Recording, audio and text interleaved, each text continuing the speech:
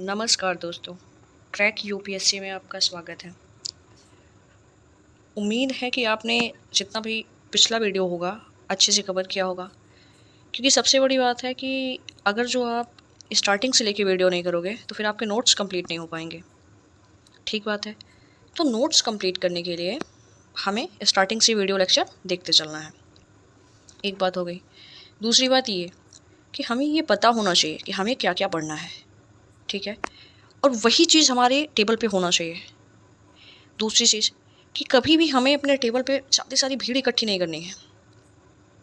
ठीक है, और कुछ भी चीज़ें अगर जो हम पढ़ रहे हैं और वो रिलेटेड है हमारे एग्ज़ाम से, तो उसको ऐसा नहीं करना है कि रफिंग करके और फिर इधर उधर कर दिए। नहीं, अगर जो वो एग्ज़ाम से संबंधित है तो हमें एक अच्छे नोटबुक में लिखना है।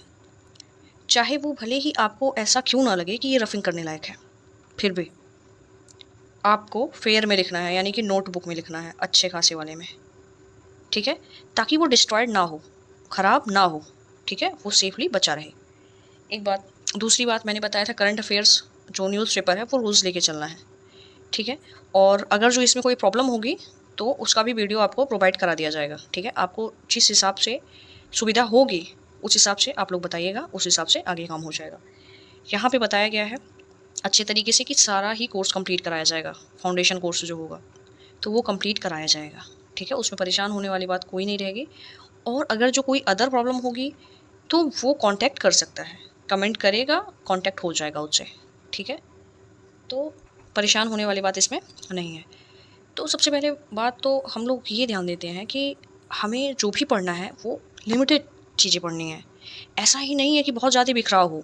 अगर जो बिखराव होगा तो फिर चीज़ें बहुत ज़्यादा क्रिटिकल हो जाएंगी, परेशानियाँ बढ़ जाएंगी। तो हमें लिमिटेड चीज़ें लेके चलनी है और उसे बार बार रिपीट करना है। और एक बात खुद से आप सोचना, खुद दिमाग लगाना कि सही चीज़ क्या है। सही चीज़ का क्या सेंस है? सही चीज़ और गलत चीज़ क्या होता है? सही चीज़ वो जो आपको करना है और उससे कैसा रिजल्ट होने वाला है। समझ में आ रही है बात? मतलब ये कि हम जो भी काम कर रहे हैं या अदर कोई हमसे कुछ कह रहा है तो उसको एक बार दिमाग लगाना है कि सामने वाला जो कह रहा है वो किस लॉजिक से फिट होता है, किस लॉजिक से वो सही साबित होता है। अगर जो होता है तो उसे पकड़ना है, वरना छोड़ देना है। समझ में आ रही है बात? कोई भी इस एग्ज़ाम से संबंधित अगर जो कोई भी बातें बता रहा है, ठीक है, कोई भी एक्सपीरियंस साझा कर रहा है, उसकी एक्सपीरियंस में अगर जो आपको रियलिटी यानी कि सच्चाई दिखती है, आपको समझ में आती है, तभी आपको उसका जो भी एडवाइस होगा वो एक्सेप्ट करना है, स्वीकार करना है, अन्यथा नहीं करना है। ठीक है, और सबसे पहली बात कि जितना भी नोट्स आपको प्रोवाइड कराया जाएगा वो सफिशिएंट होगा। ठीक है, बाकी करंट वाली चीज़ें आपको लेके चलनी होंगी और उसमें भी प्रॉब्लम होगी तो वो आप बता सकते हैं कमेंट के थ्रू, उसका भी आपको वीडियो प्रोवाइड करा दिया जाएगा। ठीक है, तो जो भी क्लास नोट्स होगा उसको सबसे ऊपर रखना है। ठीक है, सबसे पहले वही तैयार करना है, फालतू इधर उधर के बुक्स पे ध्यान नहीं देना है। एनसीईआरटी इंपॉर्टेंस होती हैं, लेकिन किसके लिए इंपॉर्टेंस होती हैं? जो हमें बेसिक चीज़ें जाननी होती हैं उसके लिए इंपॉर्टेंस होती हैं। समझ में आ रही है बात? जैसे 6 to 8 अगर जो हम कर दें कि बुक्स 6 to 8 आपको पढ़ना है, तो 6 to 8 अगर जो आप बुक पढ़ते हो हर एक सब्जेक्ट का, एनसीईआरटी का, तो उसमें क्या ज़्यादा से ज़्यादा रहता है? बहुत सारे ऐसे वर्ड्स रहते हैं, शब्द रहते हैं जिनका मतलब अच्छे से समझाया गया रहता है। जैसे अगर जो हम एग्जांपल ले लें तो अगर जो सिविक्स का हम पार्ट ले लें, ठीक है, तो उसमें क्या हो गया? न्यायपालिका क्या हो गई, कार्यपालिका क्या हो गया, संसद क्या हो गया। तो ऐसे बहुत सारे, न्याय क्या हो गया, तो ऐसे बहुत सारे शब्द होंगे जो उसमें प्रोवाइड कराए गए होंगे। तो जिनको भी बेसिक जानकारी है और नहीं भी है तो वो बताया जाएगा आपको, उसके लिए परेशान होने की ज़रूरत नहीं है।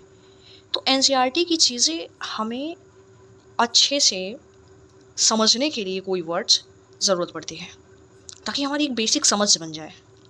ठीक बात है, तो उसके लिए ज़्यादा परेशान नहीं होना है। अगर जो आपको यहाँ जो भी लेक्चर प्रोवाइड कराया जाएगा उसमें जो भी नोट्स दिए जाएंगे, आपको नोट्स करवाए जाएंगे, उसमें हर एक चीज़ जो क्रिटिकल वर्ड्स होंगे, क्रिटिकल शब्द होंगे, ठीक है, उस पर आपको बताया जाएगा कि उसका क्या ही अर्थ है। तो उसके लिए ज़्यादा परेशान होने की बात नहीं है और ईजिली आप कॉन्टैक्ट कर सकते हो। कॉन्टैक्ट करने का मतलब कमेंट अगर जो आप करोगे तो वो चीज़ें आपको प्रोवाइड करा दी जाएंगी, जो भी प्रॉब्लम आपको होंगी। ठीक, चलिए, तो हम लोग कहाँ तक पढ़ लिए थे? हम लोग का मॉडर्न हिस्ट्री चल रहा था। ठीक है, आधुनिक भारत का इतिहास चल रहा था, उसका नोट्स करवाया जा रहा था। तो हम लोग कहाँ तक कर चुके थे, एक बार हम पहले पिछला रिवीजन कर लेते हैं। आप लोग को भी रिवीजन करना है, बिपिन चंद्रा बुक लेना है, ठीक है। फर्स्ट लेसन आप लोग को बिल्कुल टच नहीं करना है, फर्स्ट लेसन नहीं पढ़ना है, सेकंड लेसन से पढ़ना है। सेकंड लेसन में ये ब्रिटिश विस्तार की सारी चीज़ें दी गई हैं कि स्टेप बाय स्टेप ये लोग कैसे विस्तार करते हैं, ठीक। तो हम लोग 18वीं सदी के मध्य की बात कर लिए थे, ठीक है। उसके बाद से हम लोग कर्नाटक हैदराबाद की बात कर लिए थे, बंगाल विजय की बात कर लिए थे। उसके बाद से क्लाइव के बारे में बात कर लिए थे, मैसूर के बारे में बात कर लिए थे, वेलेस्ली के बारे में बात कर लिए थे। उसके बाद से अभी क्या चल रहा था, मराठा चल रहा था, यानी कि मराठा साम्राज्य के बारे में हम लोग जानकारी एकत्र कर रहे थे। पिछली वीडियो में आपको मराठों की कुछ समरी जो स्टोरी होती है, जो कहानी होती है, वो आपको बताई जा चुकी है। तो हम लोग प्रथम मराठा जो युद्ध था वो हम लोग लिख चुके हैं, नोट कर चुके हैं, यानी कि द्वितीय जो आंग्ल मराठा युद्ध था वहाँ से हमें लिखना स्टार्ट करना है। आप लोग को ध्यान तो है ना, चलिए ध्यान रखना है क्योंकि ध्यान रखना ज़रूरी है। एक बार हम लोग ध्यान देंगे, स्टार्टिंग में क्या था, शिवाजी ने साम्राज्य की नींव रखी थी, मराठा साम्राज्य की, ठीक है।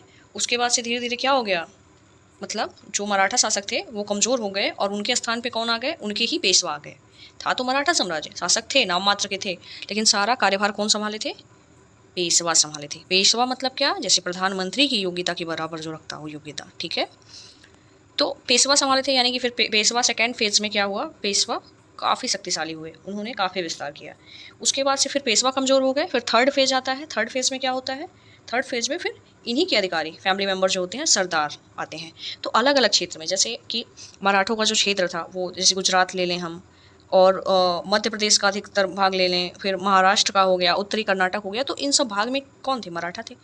तो हर एक क्षेत्र में अलग अलग जगह बहुत सारे सरदार हो गए इन्हीं के, ठीक है।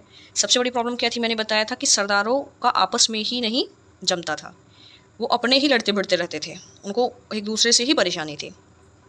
अब क्या बात आई, अब पेशवा को लेकर संघर्ष हुआ, यानी कि माधवराव जो फर्स्ट थे, जब उनकी मृत्यु हो गई तो पेशवा पद को लेकर क्या हुआ, टकराव प्रारंभ हो गया, ठीक है। अब टकराव क्यों प्रारंभ हो गया, अब जो माधवराव के भाई थे रघुनाथ राव, उनकी इच्छा थी भाई कि हमें पेशवा बनना है, लेकिन ऐसा हुआ ही नहीं, ऐसा नहीं हुआ। अब माधव राव के बाद से नारायण राव को बनाया गया, और नारायण राव के बाद माधव राव द्वितीय को बनाया गया पेशवा। अब नारायण राव कौन थे, माधव राव के पुत्र थे। अब इस वजह से रघुनाथ राव को तो प्रॉब्लम हुई, भाई समस्या होगी, जब उनकी इच्छा थी बनने की पेशवा तो दिक्कत तो होगी, तो वो जाते हैं अंग्रेजों से मदद मांगने, ठीक है। और फिर इधर क्या होता है, पेशवा होते हैं बाजीराव द्वितीय, ठीक है। तो जो बाजीराव द्वितीय पेशवा होते हैं वो क्या करते हैं, जो होलकर सरदार होते हैं उनके भाई की हत्या कर देते हैं। अब जब हत्या कर देते हैं तो होलकर भी उनके विरोध में, उनके प्रतिशोध में पूना पे जाके कब्जा कर लेते हैं। अब जब पूना पे जाके कब्जा कर लेते हैं तो भाई पेशवा की तो हालत ख़राब हो जाती है। अब पेशवा भी चले जाते हैं अंग्रेज़ों के पास मदद मांगने के लिए कि पूना पे ये कब्जा कर लिए हैं, अब आके आप ही संभाल सकते हो। अब ये प्रॉब्लम हो गई। और दूसरी चीज़ ये कि ये जो पेशवा थे उनका ये जो सिंधिया सरदार थे उनसे बनता था, ठीक है, उनका झुकाव सिंधिया की तरफ था। अब होलकर को इस बात से भी परेशानी थी और इन्होंने एक कांड भी कर दिया उसके भाई की हत्या करके। अब वजह तो मिल ही गया, अब उसने पूना पे जाके कब्जा कर लिया। अब जब पेशवा ही चले गए ब्रिटिशर्स के पास तो सारे सरदारों में तो हड़कंप मच गया, ये क्या हो गया, पेशवा वो भी अधीन हो गए जाके ब्रिटिशर्स के, ये तो बहुत गलत बात हो गई। तो ये लोग क्या हुए, परेशान हो गए, परेशान तो हो गए। इसी बीच युद्ध भी स्टार्ट हो जाता है ब्रिटिशर्स और मराठा के बीच में। लेकिन सबसे बड़ी दुख की बात ये है कि जो सरदार थे, सारे 5 सरदार जो थे मुख्य, उनमें आपस में ना बनने की वजह से एक साथ ये लोग लड़े ही नहीं।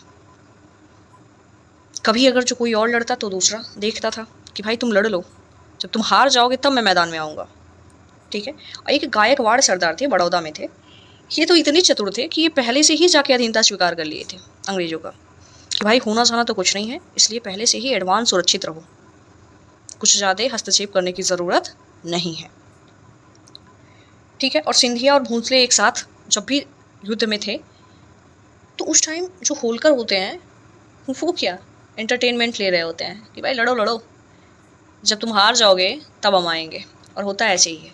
अब एक साथ ना लड़ने की वजह से अंग्रेज इसका वैसे ही स्टार्टिंग से ही उनकी ऐसी रणनीति रहती है कि एक एक को निपटाते हैं, और यहाँ तुम तो सीधे अवसर दे रहे हो कि बारी बारी से निपटाओ, ठीक है। तो इन सबको भी निपटा दिया जाता है, इन सब के साथ भी संधि कर ली जाती है। मामला हो जाता है इन लोग का भी कंट्रोल में।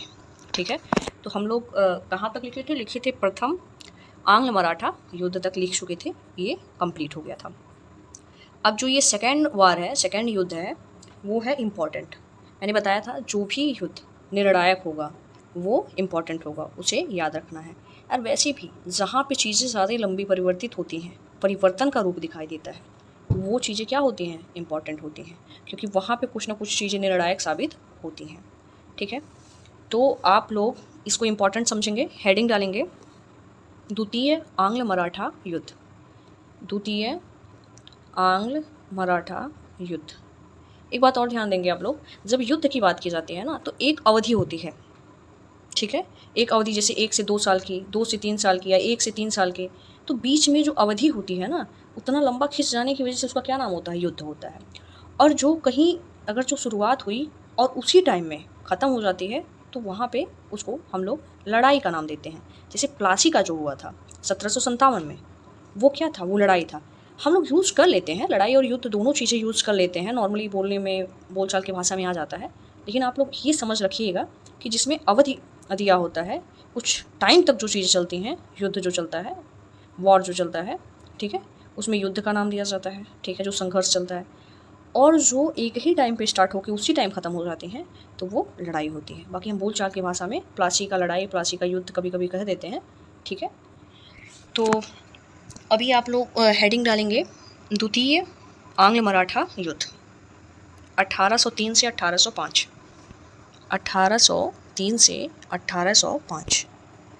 इसमें कारण लिखेंगे कि युद्ध क्यों हुआ था, कारण लिखेंगे, कारण हेडिंग डाल के लिखेंगे। पहला पॉइंट लिखेंगे अंग्रेज़ों की महत्वाकांक्षा, अंग्रेज़ों की महत्वाकांक्षा। दूसरा पॉइंट लिखेंगे, दूसरा पॉइंट डालेंगे, लिखेंगे नेपोलियन के आक्रमण कब है, नेपोलियन के आक्रमण कब है। तीसरा पॉइंट लिखेंगे वेलेज़ली की आक्रामक नीति, वेलेज़ली की आक्रामक नीति। चौथा पॉइंट लिखेंगे मराठों का आंतरिक संघर्ष पेशवा पद, मराठों का आंतरिक संघर्ष पेशवा पद पर प्रभाव को लेकर सिंधिया एवं होलकर में संघर्ष। ठीक, अगली लाइन से लिखेंगे इसी क्रम में पेशवा बाजीराव द्वितीय ने होलकर शासक के भाई की हत्या की, होलकर शासक के भाई की हत्या की, और प्रतिरोध स्वरूप होलकर ने पूना पर कब्जा किया, प्रतिरोध स्वरूप होलकर ने पूना पर कब्जा किया। पेशवा ने, अगली लाइन से, पेशवा ने अंग्रेज़ों से मदद मांगी, पेशवा ने अंग्रेज़ों से मदद मांगी, और 1802 में बसीन या बसई की सहायक संधि पर पेशवा ने हस्ताक्षर किया। मराठा सरदारों ने इस संधि का विरोध किया,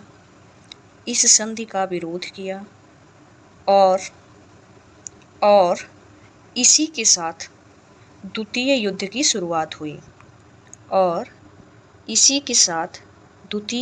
शुरुआत हुई। परिणाम लिखेंगे कि युद्ध तो हुआ, उसके बाद रिजल्ट क्या निकला। परिणाम हेडिंग डालेंगे, इसमें लिखेंगे परिणाम में मराठों की पराजय तथा भोंसले एवं सिंधिया को भी 1803 में सहायक संधि पर हस्ताक्षर करना पड़ा। सहायक संधि पर हस्ताक्षर करना पड़ा। परिणाम में ही दूसरा पॉइंट लिखेंगे। 1804 में होलकर से युद्ध प्रारंभ। 1804 में होलकर से युद्ध प्रारंभ एवं 1805 में राजपुर घाट की संधि के द्वारा युद्ध समाप्त हुआ। ठीक है, नोट करके एक पॉइंट लिख लेंगे। नोट करके लिखिए, द्वितीय मराठा युद्ध के परिणामों को सहायक संधि के परिणामों के साथ जोड़कर देखना है। ठीक बात है। सहायक संधि आपको पता है ना, प्रावधान लिखवाया गया था, सुरक्षा के दृष्टिकोण से अपने ऊपर अंग्रेज निर्भर बना लेते थे। ठीक है, तो उसके जो भी प्रावधान थे सहायक संधि के, ठीक है, उसको किससे जोड़ के देखना है? ये जो द्वितीय मराठा युद्ध है, क्योंकि इससे भी इन लोगों का साम्राज्य विस्तार हो रहा था। और यहाँ पे ये लोग कैसे साम्राज्य विस्तार किए? इन लोगों से सहायक संधि करके। ठीक है, तो नोट में ये लिखवा दिए हैं, इसको आप लोग ध्यान दीजिएगा। अब आप लोग हेडिंग डालेंगे, तृतीय आंग्ल मराठा युद्ध। हेडिंग डालेंगे 1817 से 18 मतलब 1818। इसमें लिखिए मराठों की पराजय, पेशवा का पद समाप्त। आगे लिखेंगे पेशवा को पेंशन तथा कानपुर के पास रहने के लिए बिठूर नामक स्थान। कानपुर के पास रहने के लिए बिठूर नामक स्थान। ठीक है, इसमें दूसरा पॉइंट लिख लीजिए, महाराष्ट्र के सतारा में शिवाजी के वंशज को एक छोटा सा भूभाग दिया गया। ठीक है, मराठा युद्ध, ये जो तृतीय मराठा युद्ध था, इसमें ज़्यादा कुछ लिखना नहीं था, इसका बस रिजल्ट लिखना था कि हुआ क्या। ठीक है, नोट करके एक पॉइंट आप लोग लिख लीजिए। नोट करके लिखिए, तृतीय मराठा युद्ध से पूर्व अंग्रेजों ने पिंडारियों की शक्ति को कमज़ोर किया।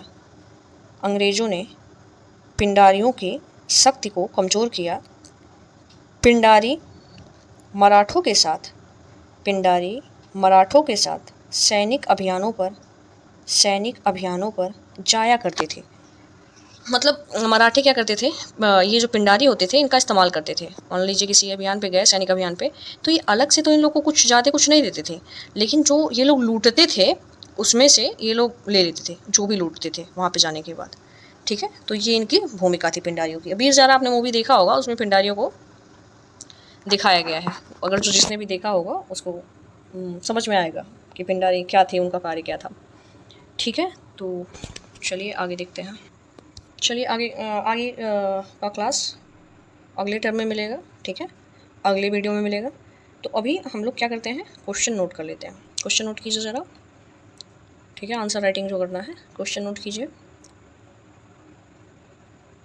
अंग्रेज़ों ने मराठों का उपयोग उनकी शक्तियों को कमज़ोर करते हुए कैसे किया? अंग्रेज़ों ने मराठों का उपयोग उनकी शक्तियों को कमज़ोर करते हुए कैसे किया? ठीक है, संक्षिप्त में लिखना है। ठीक है, चलिए बहुत बहुत धन्यवाद। अगला क्लास आपको प्रोवाइड करा दिया जाएगा।